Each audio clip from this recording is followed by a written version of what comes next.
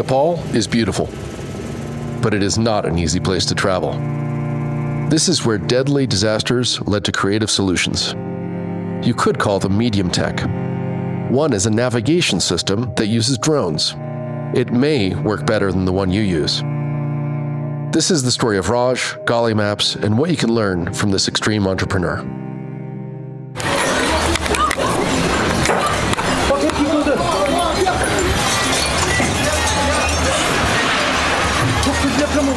When the earthquake happened in Nepal, I was in China for my training.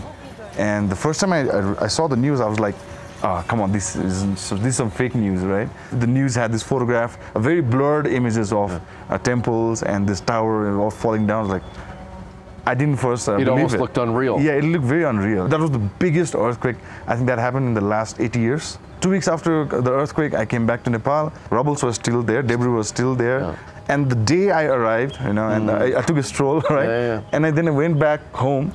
The second earthquake hit. Oh, wow. There was this whole campaign going on in Nepal to reconstruct everything that was destroyed, right?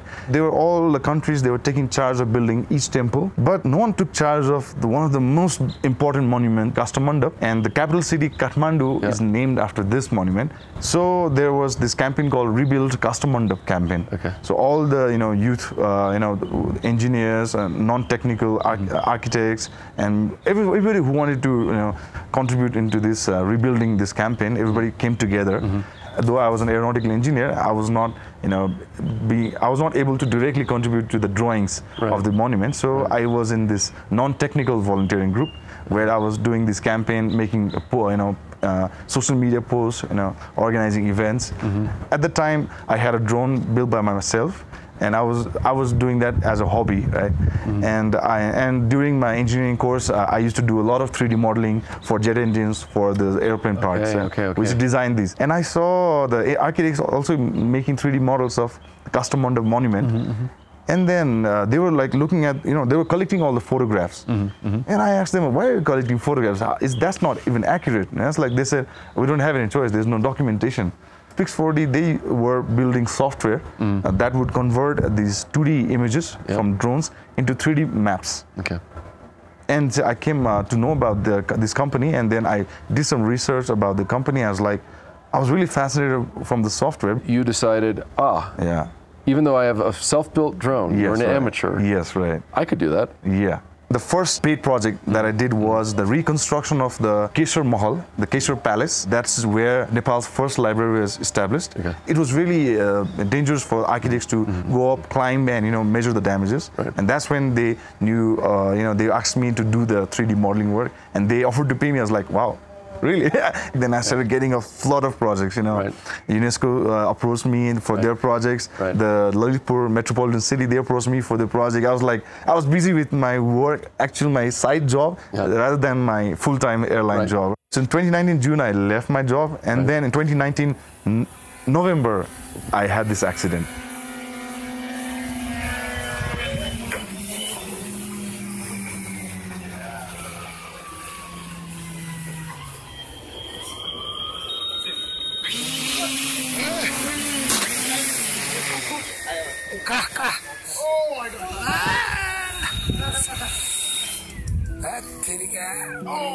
It started up again, mysteriously, and cut off part of your thumb. Right, yes. The day I got injured, we got the permission to fly drone in Mustang for UNESCO. Oh, wow. And like the UNESCO beautiful called valley, me, way up in the mountains. Really visited. Yes.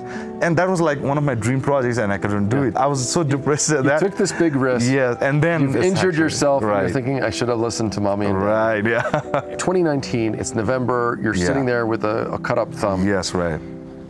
The pandemic hits in March 2020. Right. So that's actually not that much time. That's like 1, 2, 3, 4 months. 4 months, right. You realize that not only deliveries are late in getting to your door of food during the lockdown, but you realize people are dying. Right. Because doctors and nurses can't get to people. Why? It's because they're relying on Google Maps. Right. Or other major navigation apps. Right. And the problem is that any kind of aerial or satellite images are inaccurate because they're these not only very narrow alleyways through Kathmandu, a maze, but some of them are one way. Yes. Is that correct? Right, yeah. And they can't be perfectly photographed because there's awnings. Right. Google Maps uses a combination of both satellite and aerial images. Okay. So, they fly airplanes all over the cities in US, in Europe, in Singapore, all the developed countries, but because that's where they get lots of money from, right? Usage, right. Usage now, when they also. go to certain other parts of the world, they're relying on satellite? Just satellite, right. And that's completely inaccurate. Right, that's And so if you completely rely on it, people end up dying. Right, yeah. And that's where you got the idea, I can just fly drones down these alleys and map it better. Yeah, building the technology and application is not a big thing. Because everybody now, technology is accessible to all the developing countries and all the underdeveloped countries also. It's about how you execute, and how you execute the application, or how you execute the technology to solve the problem. Okay. I think maybe not many people have cracked that problem. And I think, so there is this gap. And I believe with all the experience and work that we have done and the trainings that we had got, I think we could crack this problem. And we have done this in Nepal. And now we plan to scale up to other countries. And you're like in Bhutan. actually pitching the mayor, possibly right. again tomorrow. Yes.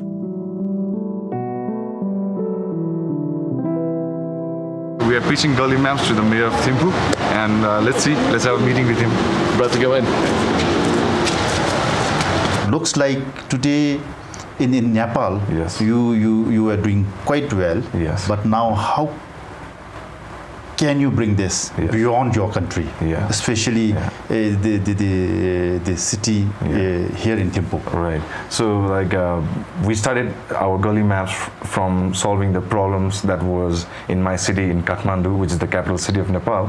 But before that, I also traveled to many other South Asian countries, including India and Sri Lanka and Bangladesh.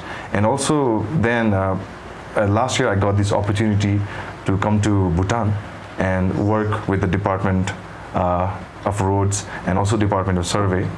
And I realized the problems which you see in Kathmandu in Nepal is very similar to problems that you see in so many other countries in South Asia. So during the COVID, it gave me this opportunity to work on the idea of Galli Maps, because before that we had to rely on Google Maps, and even though we had our own street addresses and house numbers, uploading it into Google Maps was a very cumbersome job, trying to email them and getting into touch with them and waiting for the emails and the email back in 4-6 months time. So it was not very efficient. So we thought okay, since we were already doing our drone mapping, why not take it a little bit further with different manpower. But since we have built the manpower in Nepal also, why not utilize those manpower and build our own platform? And since we have already done that in Nepal and we have proven it, and now we are trying to scale it to other countries, including Bhutan, Sri Lanka, Pakistan, India, and Bangladesh. And mostly our target is within the South Asian region, because I think we have similar culture and similar problems also. Do you feel like an elder? Me? I mean, people are coming, can I work for you? Yes. So that you can open doors from my life. Yeah. Do you feel like an elder? How old are you now? I am 30 plus. 30 plus? 30. Yeah, I'm a 30-year-old. I'm going to use over 30 as in for myself. Okay. I'm 30 plus. I can use that. We wanted to see more youngsters like you, know, so that, our city especially embarks towards the entrepreneurial approach, instead of doing things socially, where, there is no benefit that is really expected out of it coming in. So to run a city, I think the approach should be in a business manner, so that at the end of the day, you have it, you can also give it. Yes. So that is very important. I never planned to become a businessman or an entrepreneur. I didn't even know the word entrepreneur until I joined the training. Do you watch new entrepreneurs and sometimes think, dude, you're trying too hard, you're thinking too much like a business, just solve a damn problem. Yes, right, that's true. Right? Yeah. I mean, you were just focused on problem, solution. Right. You didn't even have a business for the first 2 years. Right. When did you actually incorporate? 4 months back. So we've been already working. What? We had been working for the last 3 years, but we incorporated it 4 months back. Well, you had raise money. Well, but you had Airlift. Yeah, I had Airlift, right? Yeah. And Airlift was formed in what year? In 2018, October. 2018. Yeah. So started the activities in 2015. Yes. You started making money in 2017. Yeah. It took another year to incorporate. Yeah. So I took the time because, again, after starting company, you have so many legalities. You have to do auditing. Yeah. Right. So that's why you held off on the formalities. Right. There's a fascinating thing that I really hope to include, which is that you did not focus on forming a business. You focused on problem, solution. Right. Problem and solution. Right. And then the business formalities caught up. And it's sometimes the opposite. Did it not feel sometimes risky?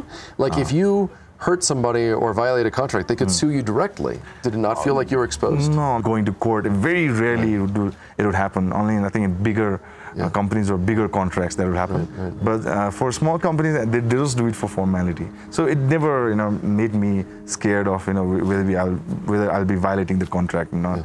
I would just focus on the work and the results and the outputs. I made sure the outputs that I give, they are the highest quality and for the highest accuracy. Now it's 2023. Yes, right. You have taken part through Nepal Flying Labs. Yes, right. With these collaborative events where you teach other people to be your competition. You've even come to Bhutan where you've had work. Right, yes. And you've helped teach these wonderful people. Yes, right. Aerotech Bhutan. By the time when we came to Bhutan for the training program, they were already doing a few basic training to local government agencies.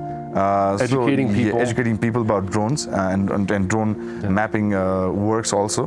The training opportunity that we brought here in Bhutan through World Food Program, it made them more visible in their area. In GNH, Cross National Happiness.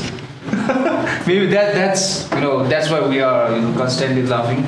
Starting from the time we started shooting, and then that's what the country is doing right now. We mostly don't look for GDP, but then we are looking mostly for the GNH. You would think, being a cutting-edge technology company, you don't care about physical letters on your building. But you do. Because of course it's the day that a videographer shows up with a camera shooting, that 2 out of 8 letters in your company name fall off the building. And that's what we're looking at here, is the replacement H and the replacement O in Aerotech. Although you're both drone enthusiasts, from the beginning you wanted to do everything related to technology, do stuff related to the metaverse, among other things. And this is one of the first countries to have basically a digital twin being built, right? A metaverse of Bhutan. All right. This is the part that I want you guys to elaborate a little bit about. Okay. Did you know when you decided to focus on drone tech, when you were narrowing down out of 100 possibilities, that you're going to be doing, 3D mapping of things? Yes. Did you know it would take 2 years to get a conditional license? No. Did you know it would take that long? No. Not really. We never thought that. If you knew it was going to take 2 years to get any kind of permission from the government, because flying drones apparently was illegal, would you have still chosen, as a company, as a business that needs to sustain itself, you still would have doubled down on drones? Yes. Why? Because, we thought that when I was back in India, when we had the discussion of streamlining the module or the plans that we had, the mission that we had, we thought that, okay, this was the regulation. Like, we just knew that, okay, the private individuals are not allowed to fly the drones in the country, right? We just had that thing. And then we started thinking that, okay, if there's a regulation which was being made only in 2017, maybe there's a possibility that it will change for something better in the future, maybe in the near future. Sangi, do you want to tell us what you're doing there? Actually, I'm assembling a drone for some specific purposes, which is confidential at now. Oh, this makes it even more interesting. Yeah, we are working on some research, and then we are prototyping, and then we are trying to do something very unique. So that's it. It's a normal assembly, but we are going to attach the special sensor out here to carry out some special things. That's it. We had zero savings by the end of 2 years. Earlier we saved a little bit, and then one thing, we never asked any penny from our parents. We started. Not even to live at home? Not a bit. Wow. So we were doing freelancing jobs. Like we had a little bit of skills in designing, web developments and all. So whole day we were running to different offices, planning things, and then working on our ideas and vision. And then even in the evening, we were doing freelancing jobs. That's how we survive. Is one of the reasons that you have to hack your own solutions because, well, drones aren't legal here, right? Number two, is this like Nepal that to import pieces costs a lot of money? Is that a factor in Bhutan? Currently, for the prototyping, we are assembling by importing the pieces. So you are able to import pieces? Not really we are able to, but somehow we are trying to manage and get the pieces. But in our near future, we have almost 8 to 9 designs ready to be manufactured soon. We are trying to trying to tackle the regulatory things, the quality control things, and then try to manufacture in Bhutan. But if it becomes more complicated, we are trying to partner with a manufacturing company in Thailand, and then whereby we will be manufacturing our drones in Thailand. Okay, but you would rather manufacture here? Yeah, we prefer to manufacture it. The other reason that it was explained to me that you guys would have spent 2 years barely scraping by, even if you knew it would take 2 years to get legal permission to start the drone company, you said, "Look, I love this." Basically, that's what you said. Yeah. This is what you emotionally love. Yeah. And so it didn't matter that you weren't making money for 2 years. Yeah. And then we didn't think that, okay, we are not making money. We just thought that, okay, we have to get this through because like once we started, we were like so, focused on this particular thing that, we need to fulfill our Majesty's vision to digitize Bhutan. We were so into that, and then, we never left our persistence go down.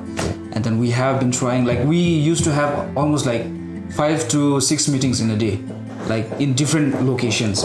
You now have virtual twins of most of the objects that are interesting to look at in the city of Thimphu and elsewhere. Yes. And you're now laying over graphics like a dragon. Yes. And this is for both students, other people in the country that want to learn about culture and history, and for foreign visitors. Their first interaction will be in this virtual metaverse version of Bhutan. Yes. They can get excited, try to maybe start planning their trip. Yes. That's the function. Yes. Okay. Why is it that you help to train people who could become competitors? Yeah. Why do you do that?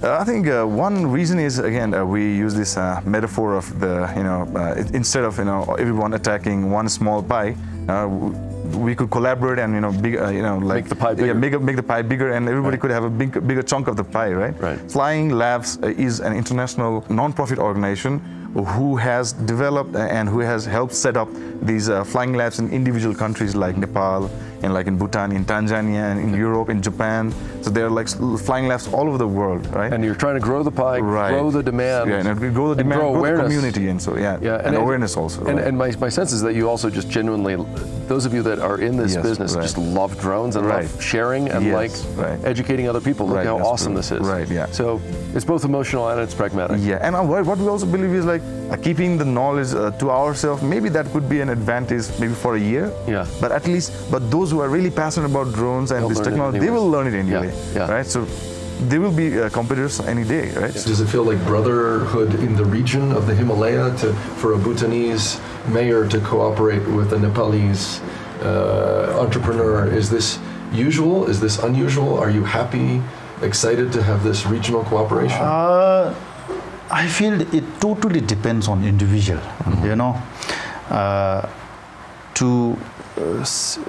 To know myself that I'm okay to deal with anybody. I'm so open to anybody. I feel anybody who comes with such kind of ideas would be welcomed.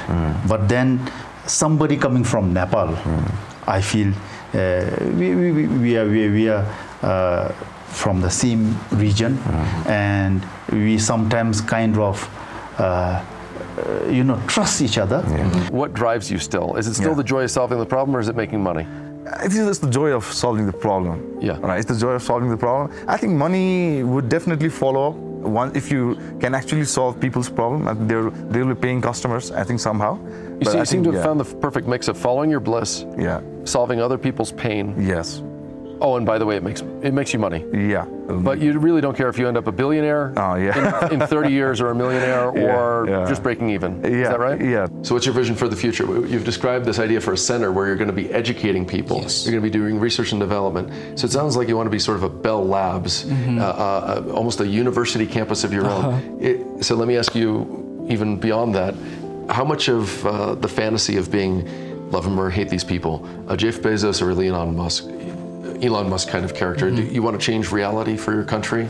Is that what you want? Yes, it is. Do you want the money and the fame, or is it more about just achieving this future reality that excites you? It's shaping the future of the country.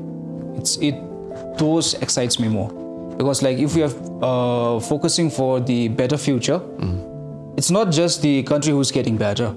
It's the people who is also getting better along with the country, right?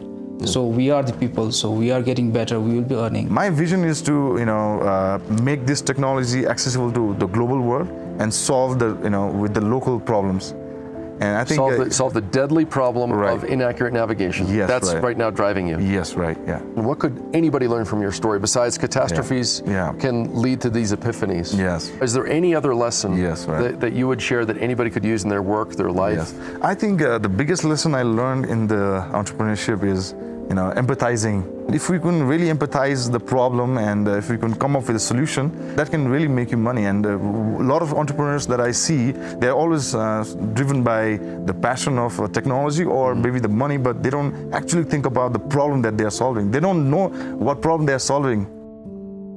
And maybe the last question before we wrap up. You have a prototype of a jet engine. Right. You want to create a jet-powered drone? Maybe. I'll keep this as confidential. Raj, you got a meeting with the mayor of Thimphu. Did you expect it? Not at all, not at all. I had done multiple follow-ups, calls and messages. Not at all. Emails, phone calls. Yeah. And they got in touch with you at the last moment, the last few hours. Yeah. I was having lunch and suddenly I get a call. I was like, oh my God, I need to rush now. It's your first contract for Galli Maps outside of Nepal. Yes. So you got to tell us, how does it feel? What are the emotions? I mean, amazing and also emotional at the same time because again, I think it's a step further for Galli Maps. And I think we are getting closer to our vision of growing global, one at a time. We've done Nepal, now the turns in Bhutan, and I think there will be multi more countries to come in. Awesome, awesome, absolutely awesome. All right, one more time. Nah, that was good. Good. Okay. That's it? Good.